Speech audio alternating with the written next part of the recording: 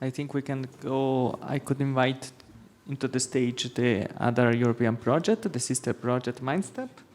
So I invite John Helming, which is a senior researcher in bargaining and economic research. Please, the floor is yours, and please be as quick as possible.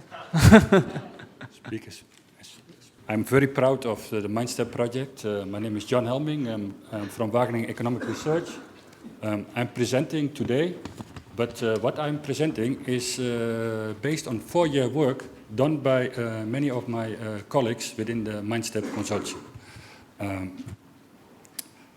I think what we just heard from Tassos and what we heard from the BESMAP is data issues, model collaboration.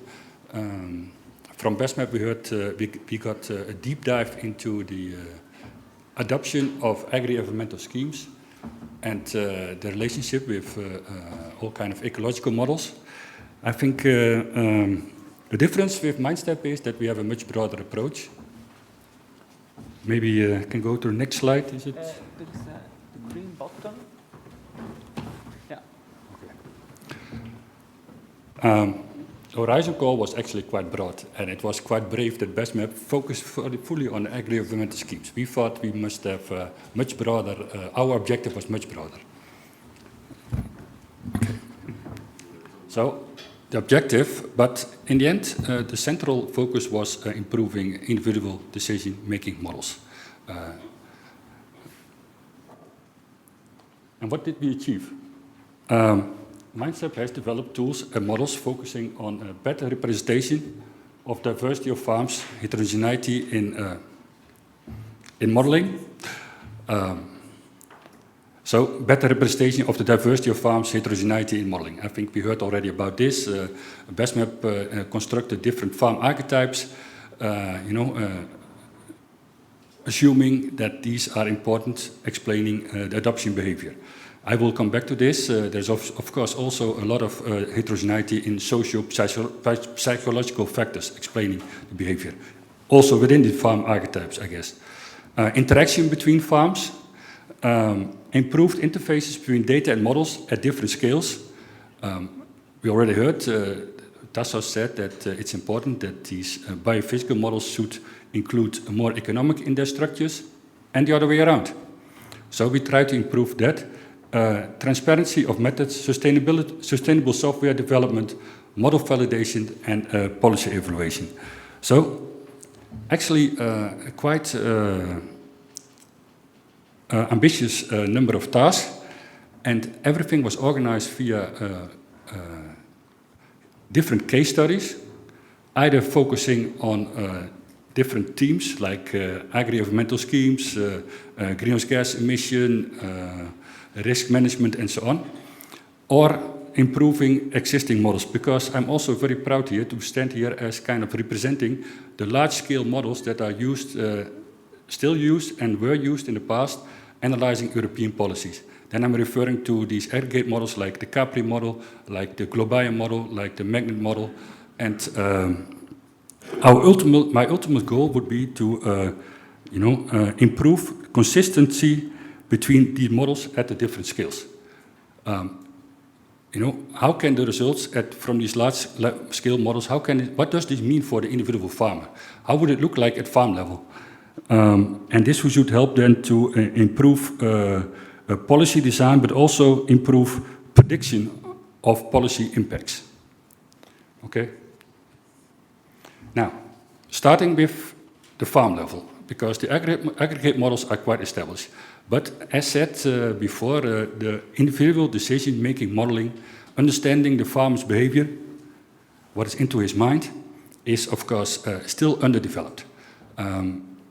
Maybe because, and at the same time, agricultural policies has changed, becoming much more farm-specific. So we started with trying to improve, starting with establishing a core model as a starting point, and then adding more functionalities in a modular way.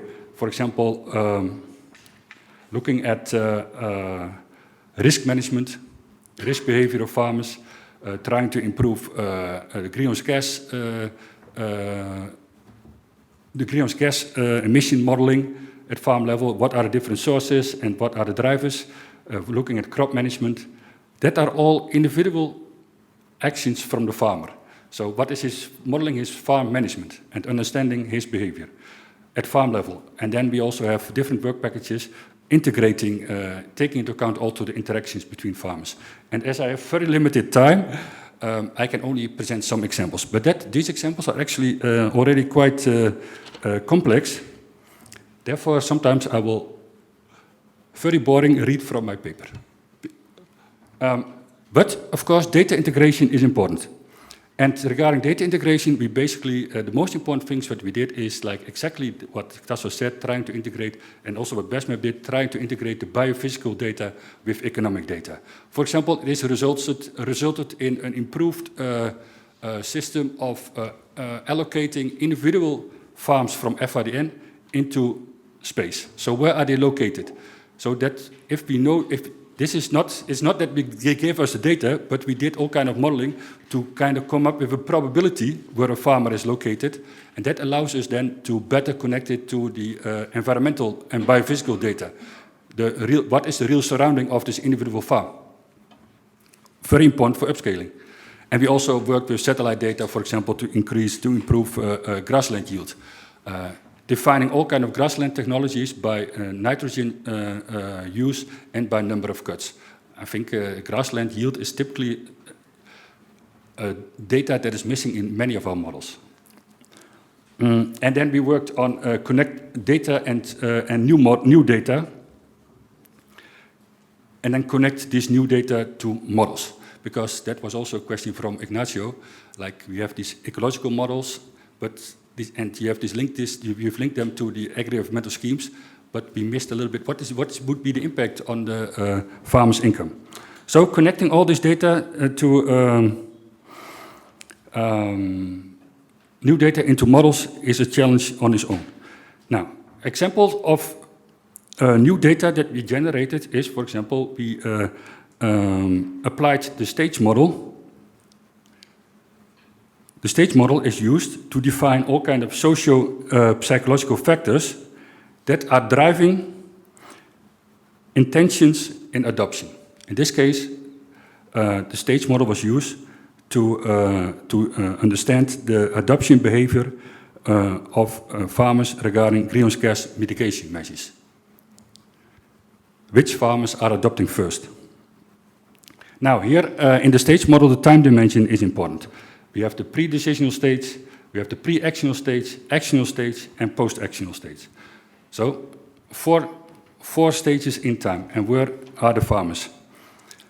And how can we move farmer to higher stages? Now, there are three critical points: goal intention, behavioral intention, implementation intention. Okay, and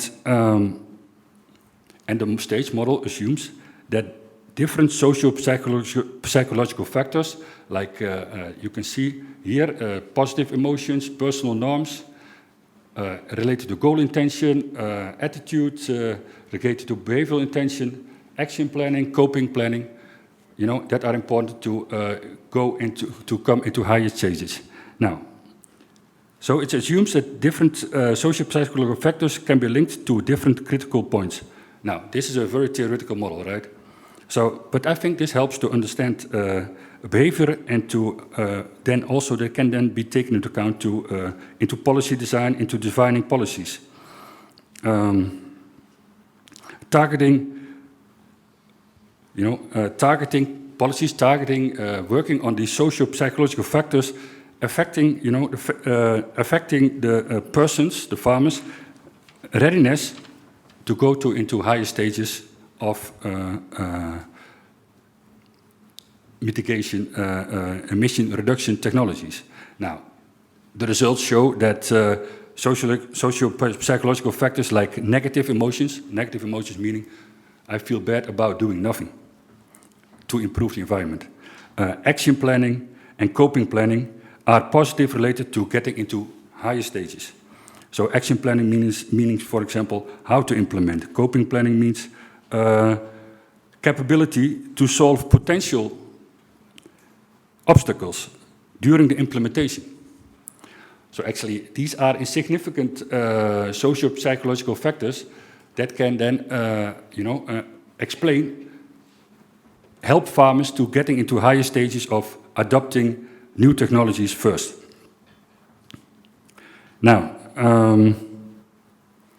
this is then the empirical implementation of this stage model. And this data is then obtained via a survey, and we were quite lucky that the survey was conducted among Dutch dairy farmers that are also in our bookkeeping system, so in our FADN network.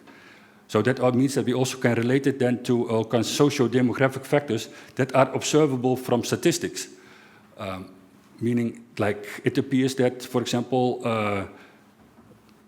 important farm characteristics are, for example, the livestock density appears to be an important factor explaining the farmers being in a higher stage, implementing the new technologies first, but also age and so on.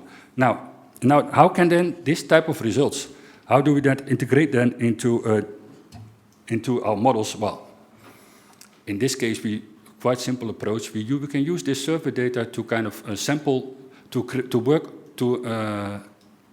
make a dedicated sample. What farms are doing what? So in this case, we kind of here you can see, for example, that we at least you have to distinguish between intensive and extensive farms, as it was seen that intensive farms are, tending to adopt first. And also, it's quite understandable because here you can see maybe not that the marginal abatement cost to reduce greenhouse gas emission is much lower on intensive farms than on extensive farms.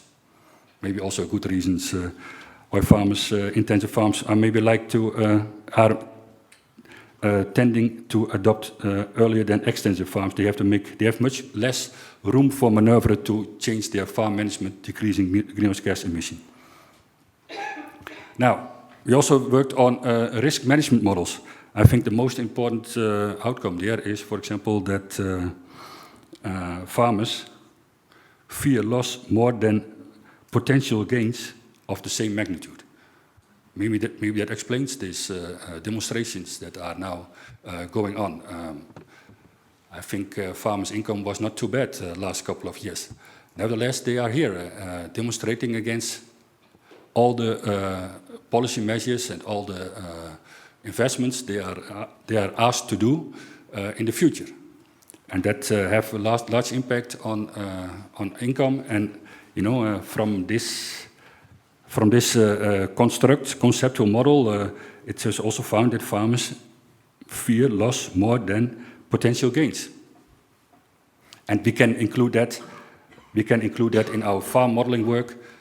To combine it with all kind of other farm management measures to see how farmers react to increased uncertainty, for example. Some policy implications regarding technology adoption. In order to strengthen farmers' goal intention in mitigating emissions, Dutch government and the dairy sector can collaborate in promoting the long-term benefits of mitigating greenhouse gas emissions and compensate short-term costs that farmers may encounter. In the crop management modeling that we did, we found that farmers respond to economic incentives. So, implying that economic policy instruments could be useful for achieving the objectives of the EU Green Deal, or what is left from the EU Green Deal. The risk management means improved communication of risk, reframing of probabilities, and support multi-year contracts. We just learned from BestMap that it's also important to have short contracts and more flexibility. Yes, here the idea is found that regarding risk management instruments, multi-year contracts are kind of promoted. Now, talking about data, what extra data would we like to have from FSDN? Of course, biophysical data, soil type, soil carbon data, climate zone, etc. Environmental data, greenhouse gas emissions by source, nutrient surpluses, water quality. This is, of course, well, I'm talking from a Dutch perspective. And in Netherlands, we have kind of all kind of accounting systems that are actually doing that at farm level. But I can imagine that it's quite costly to also collect all this data at individual farm level. Financial data, maybe much more easy, modernity of stables and equipment, but also socio-psychological factors. For example, related to environmental goals, emotions, perceived social norm, personal norm, perceived goal for feasibility. I think understanding the farmers means that we might have to do some work in that direction as well. Now, that was all individual farm. How much time do we still have? 10 minutes? Maybe less. Maybe less. Okay. Well, regarding interactions between farms, you can think of many things. We worked on structural change, statistical models. We worked on producer organization. Actually, we found that for Italian and German case studies, we found that there is a possibility for farmers if they work together. Pig producers, coordination, producer organization may significantly strengthen their bargaining position, thus improving farm income and prices. But here I would like to, and this is eating up much of my time, I guess, but this is like what we do with ecosystem services. We have a modeling, agent-based modeling that is kind of allocating agri-environmental schemes at plot level. It models then the impacts on the risk of pest outbreaks. That has an impact on gross margin. And then in the next year, next round, impacts on gross margin then determine the decision for next year's. But farmers can have different decision strategies. And this is then modeled through the consummate approach that you can see here in this slide as well. Now, the consummate approach is really very interesting. To determine which behavior strategy is chosen by the farmer, the consummate approach assesses farm-specific level of income satisfaction and income uncertainty. For example, satisfied farmers regarding their income continue with the same choice, so repetition, or seek information from farms very nearby. And this then depends on the level of uncertainty. Unsatisfied farmers regarding their income put more effort on farm optimization or seeks information in an extended network, social comparison. Again, this depends then on uncertainty levels. And I think this construct, helps to potentially better forecast adoption of agri-environmental schemes. For example, here you can see that some application in the baseline, the adoption, this is blue line, average percentage of plots with strips is like 23%. But if you increase the premiums, actually in this exercise, the premiums are increased with 50%. But this does not mean that then all of a sudden you can find flower strips all over the place. No, only 38%. And this is then coming because of this behavior of farmers. Even if they might gain, they might still not adopt these agri-environmental schemes because they are satisfied with their income and they just repeat what they always did. Or they are uncertain about pest impacts and so on. Policy implications, adoption of flower strips is influenced by the value of the crops, like low-value crops apply flower strips much earlier than high-value crops, risk aversion and risk behavior, and of course premiums, the same as also found by BestMap. Importance of promoting collective action in ecosystem services, like promoting long-term benefits that farmers can receive from these investments. We also worked on experimental studies, like using the Farm Agripolis step framework, like asking farmers what would you, experimental approach, giving participants the options to participate in agri-environmental schemes by using, they could use part of their pasture extensively for 5 years. And then we find, for example, that here you can see reaction rates, so the higher numbers, the more reaction is. That, for example, reaction is higher for fixed payment schemes rather in comparison to collective payments. But the framing of the agri-environmental schemes, if you sell it as an economic profitable thing, or if you sell it as an ecological profitable action, also has an impact on the adoption of the adoption of the agri-environmental schemes.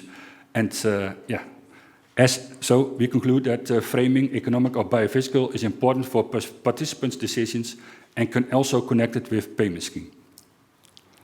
Now, I skipped this one, but it's actually one of the flagships of our work, that is like interlinkages of these detailed, technology-rich farm models, running these models like 10,000 times, building meta models and using these meta models, then that kind of model, the farm management, much more detail, linking that to agent-based models for upscaling. So I'm here representing actually a whole kind of MindStep model toolbox. We include including models with very biophysical details, spatial data, individual decision-making models, farm models like FarmDin, IFM-CAP, agent-based models like AgriPulse, but also the large-scale models, the market models that are used by the Commission a lot, like Globium, Capri, and Magnet. And what we did, another part of the project, was improving the consistency between these micro and macro models. So improved interface between data and models at different scales. I will not go through this list because I would miss some important points. Like we did some. Do you have like 2 minutes? 1. Only 1. Well, only 1. That's enough. Like I promised you in the beginning that we also did policy evaluations. We did 2 benchmark scenarios based on our stakeholder consultation. One is on climate mitigation, taxation scenarios, but also subsidies on CO2 emission reduction. And we also did a scenario on the reduction of mineral fertilizer use. Again, taxation strategy, like in this case, in the case of the reduction of mineral nitrogen fertilizer use, I will present the highest taxation rates was like 132% of the price of mineral fertilizers. And we combined the taxation strategy with, with different types of redistribution schemes. Now, let's talk about the climate mitigation. At a price of 130 euro per ton CO2 equivalent, tax, which is supposed to be the price in 2030 on the CO2 market. Then you can see that for agriculture this is very good regarding greenhouse gas emission reduction, including all kind of mitigation technologies that is then provoked and stimulated by these taxes. The greenhouse gas emission in agriculture will increase by 30%, but at the cost of 4.5% of reduction of agricultural production, and also I consider this as a very large impact on GDP. So high economic impacts, but also quite a reduction in greenhouse gas emission. Now, following the Globium model, with the same scenario, shows that, for example, this reduction is especially achieved via technologies. And much less is achieved. Production is also affected, and there is a leakage effect, but technologies play a major role.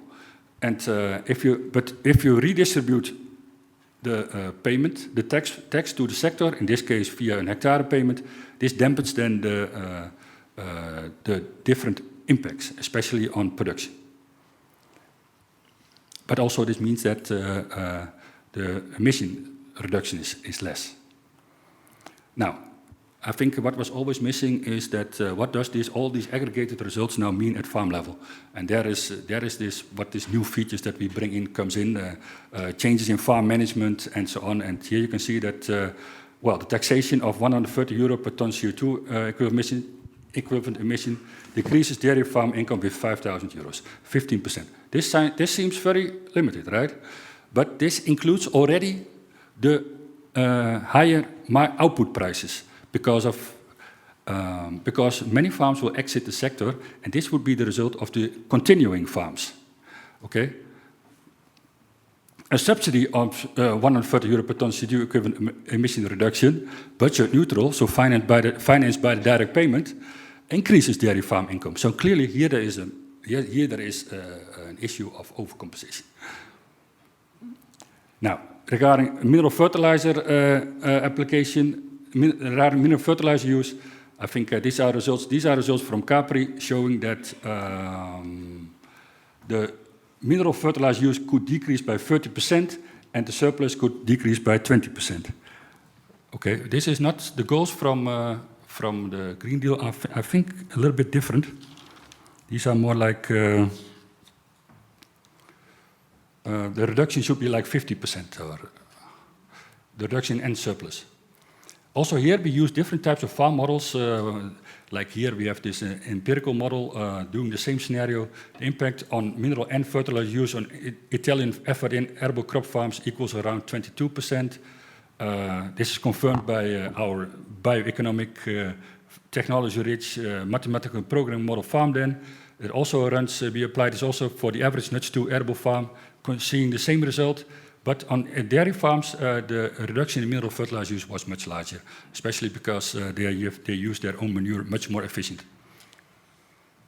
Income effects of the tax on mineral fertilizer, like highest impacts on income are expected for the specialized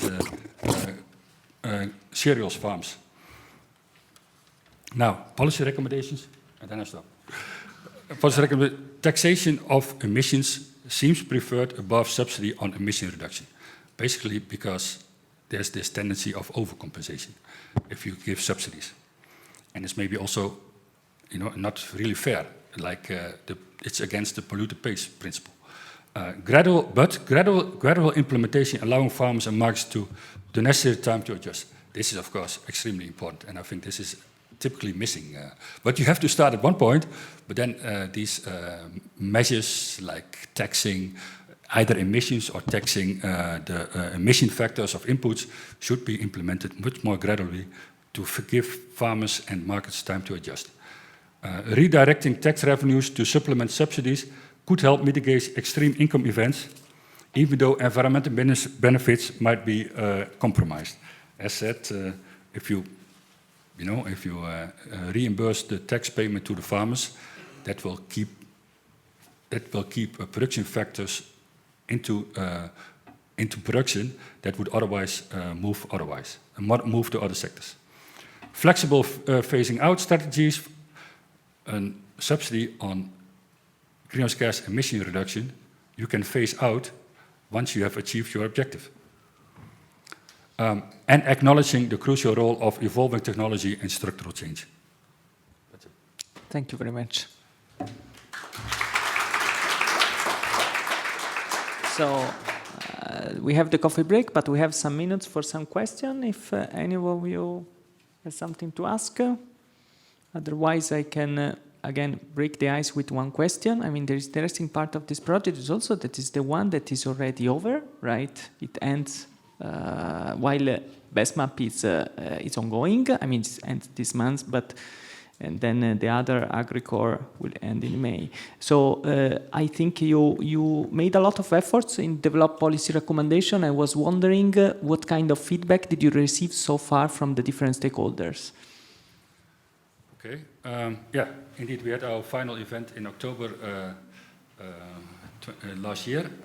Feedback from policy stakeholders was actually quite positive.